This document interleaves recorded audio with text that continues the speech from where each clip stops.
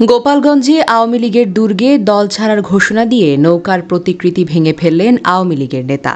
নিজের বাড়ির সামনের পুকুরঘাটে বানানো দলীয় প্রতীক নৌকার ভাস্কর্য ভেঙে আওয়ামী লীগ ছাড়ার ঘোষণা দিয়েছেন গোপালগঞ্জের কোটালীপাড়া উপজেলার পিঞ্জুরি ইউনিয়নের আওয়ামী লীগের সভাপতি ও সাবেক ইউপি চেয়ারম্যান আবু সাইদ শিকদার। আজ রবিবার সকালে তিনি নিজ হাতে নৌকার ভাস্কর্যটি ভেঙে ফেললেন বলে প্রত্যক্ষদর্শীরা জানিয়েছেন।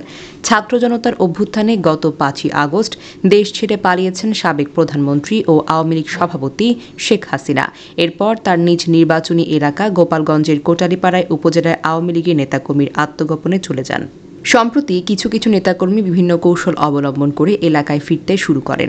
এরই মাঝে জুলাই অভ্যুত্থানে ছাত্র জনতার ওপর হামলার মামলায় গ্রেফতার হয়ে জামিনে বেরিয়ে এসেছেন কোটালীপাড়া উপজেলার পিঞ্জুরি ইউনিয়নে আওয়ামী লীগ মনোনীত সাবেক চেয়ারম্যান ও সাবেক ধর্ম প্রতিমন্ত্রী প্রয়াত শেখ মোহাম্মদ আবদুল্লার ভাগ্নে আবু সাইদ শিকদার।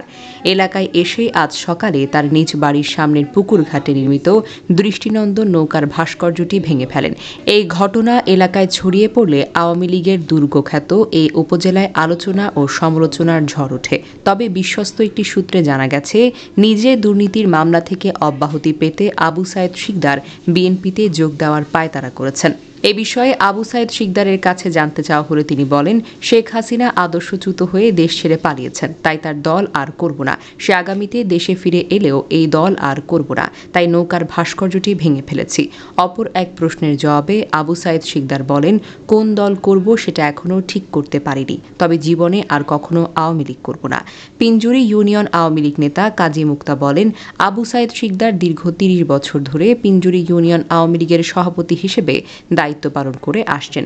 তবে তার আপন মামা প্রয়াত সাবেক ধর্ম প্রতিমন্ত্রী শেখ মোহাম্মদ আবদুল্লাহ মামার প্রভাব খাটিয়ে পিঞ্জুরি ইউনিয়নের নৌকা প্রতীকের চেয়ারম্যান হয়েছিলেন।